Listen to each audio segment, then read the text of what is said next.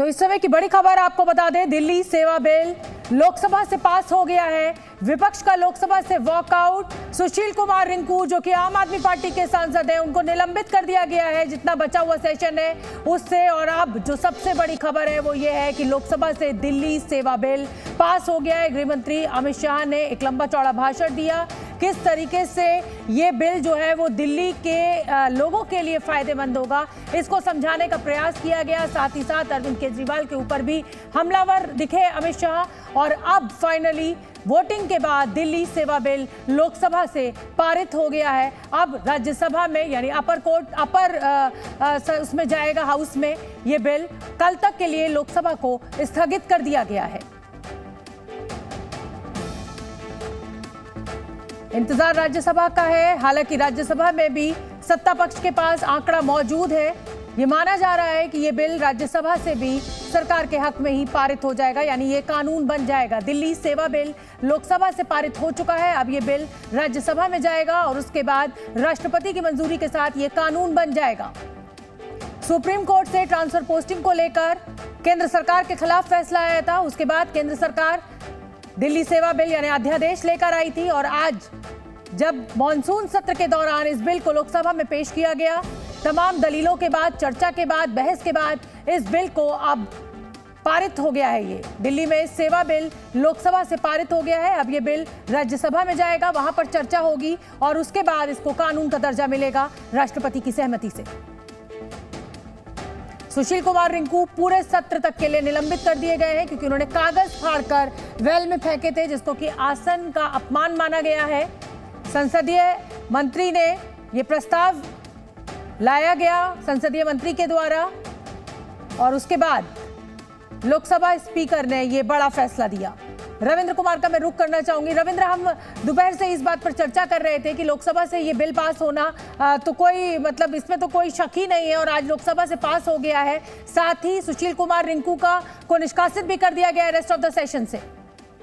बिल्कुल, देखिए पास होने में कोई समस्या नहीं थी, लेकिन बात इसमें आश्चर्य यह है कि जो विपक्ष खासकर INDIA के घटक दल जो कर रहे इसका पुरजोर विरोध कर रहे थे, तो उन्होंने वोटिंग में हिस्सा ही नहीं लिया।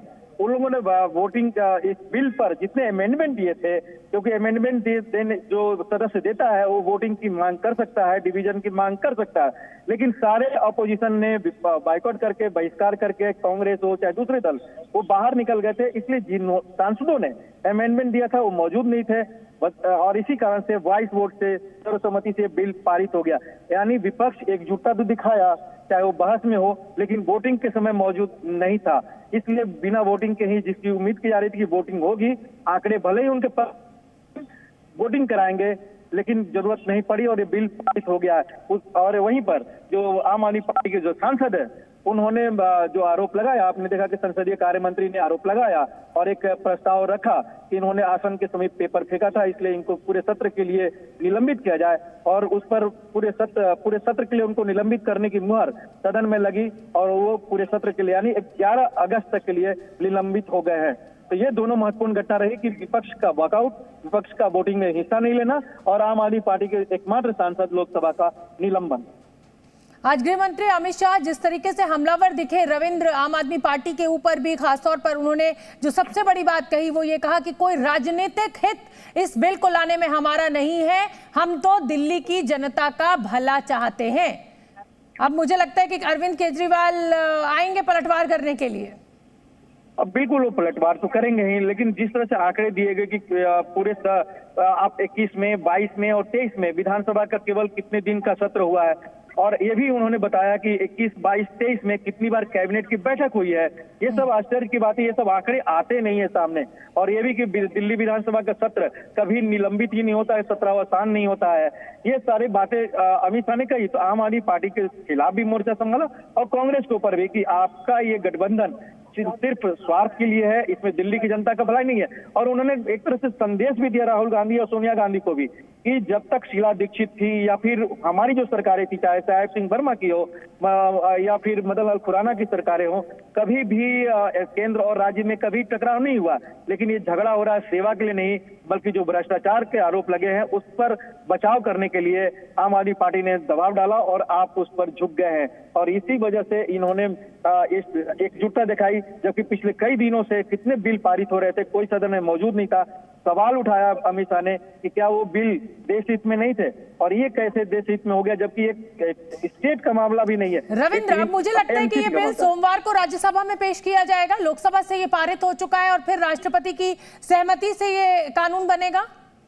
राज्यसभा से पास हो जाता है तो संभावना तो बिल्कुल यही होगा कि आज लोकसभा से पारित हो गया है। राष्ट्रपति की अनुमति से कल भी राज्यसभा में पेश किया जा सकता है इसको, और हो सकता है कल बहस भी करा लिया जाए। तो यह संभावना है कि सोमवार को, ये अभी तय करेंगे संसदीय कार्य मंत्री और गृह मंत्री मिलकर, लेकिन पूरी उम्मीद है कि सोमवार को ये राज्यसभा में पारित हो जाएगा। बहुत बहुत धन्यवाद रविंद्र आपका इस पूरी जानकारी के लिए। तो इस समय की सबसे बड़ी खबर यही है कि दिल्ली सेवा बिल लोकसभा से पारित हो गया है। एक लंबी चौड़ी चर्चा, एक लंबी चौड़ी बहस के बाद आज दिन भर तमाम विपक्ष के नेता अपने अपने तर्क, अपनी अपनी दलील देते रहे। विपक्ष दलों के द्वारा यही कहा गया कि ये संविधान का विरोध है, ये संविधान के खिलाफ है, सुप्रीम कोर्ट के फैसले को अध्यादेश के जरिए पलटना गलत है। लेकिन अंत में जब गृह मंत्री अमित शाह ने इस बिल को पेश किया और इसके ऊपर दलीलें दी, उसके बाद वोटिंग कराई गई और लोकसभा से ये बिल पारित हो गया है। आम आदमी पार्टी सांसद सुशील कुमार रिंकू को भी निलंबित कर दिया गया है।